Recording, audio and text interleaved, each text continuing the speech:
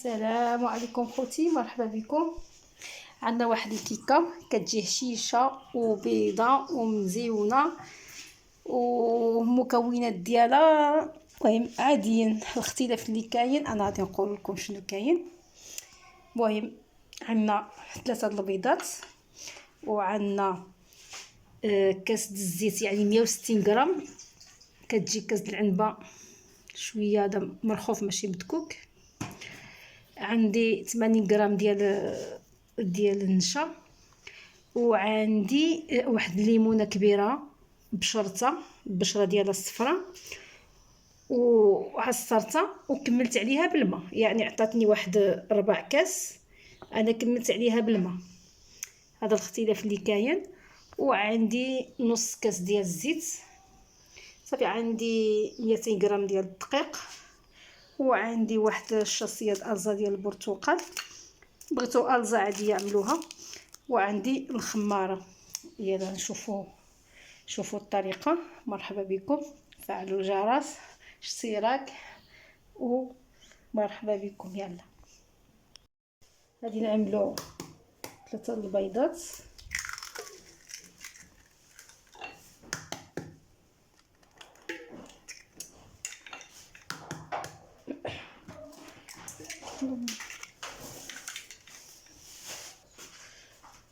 نعملوا السكر،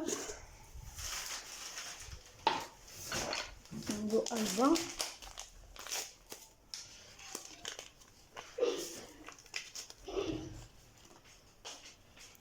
ونخدموها مزيان حتى ترجع السائل يرجع كريمي، البيض يرجع بيض.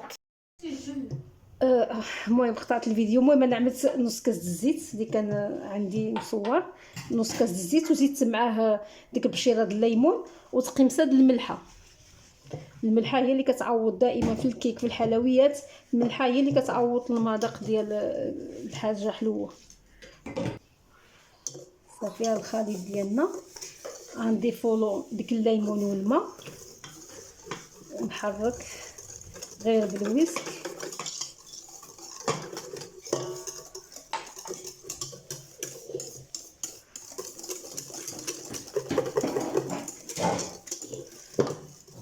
ونضيفوا مايزينا، عندي مغربله قلنا 80 غرام، و200 غرام الدقيق.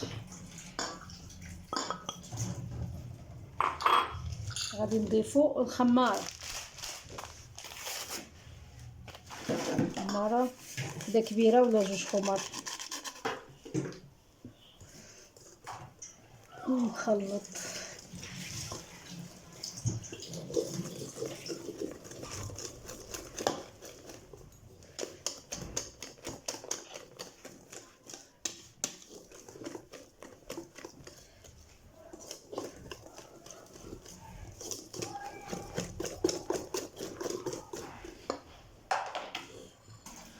القوام ديالها ما تجي قاصحه ما تجي خفيفه، لان الطحين هو اللي كيتحكم فيها في الطلوع ديالها. اذا كانت قاصحه بزاف ما تطلعش، واذا كانت خفيفه بزاف ما تطلعش. فقط فين كتكون حرف 8 صافي كيكون الخليط هو هذاك. صافي عامله في مول طويل، وعندي مدهونه بالزبده مرشوشه بالدقيق، ونخويو الخليط ديالنا. بسم الله.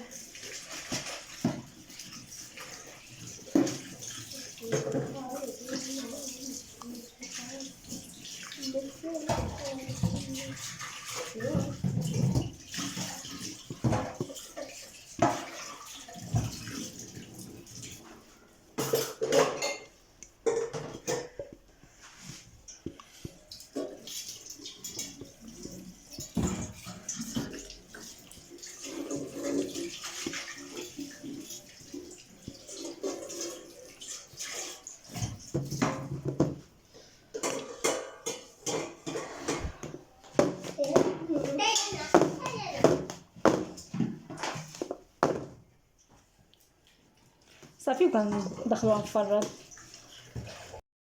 صافي خرجتها نفران، وغادي ندهنها بكونفيتور.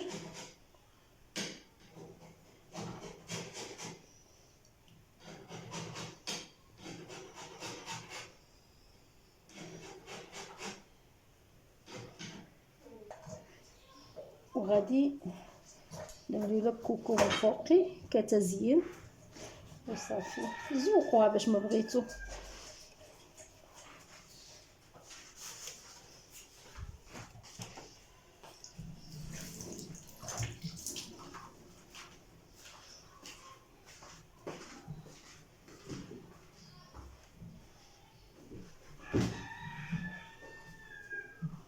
صافي وقطعوها.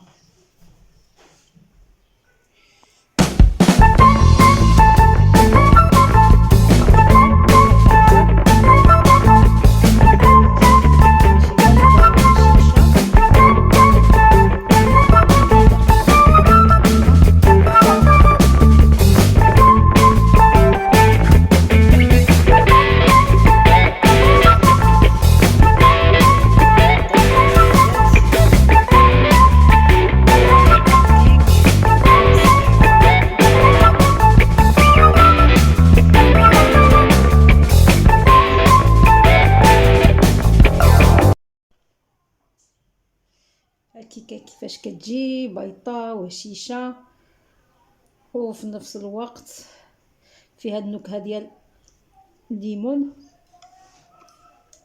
رائعه. صحه وراحه. We're gonna keep it low key, keep it softly spoken, with no strings tying you to me. I'm happy in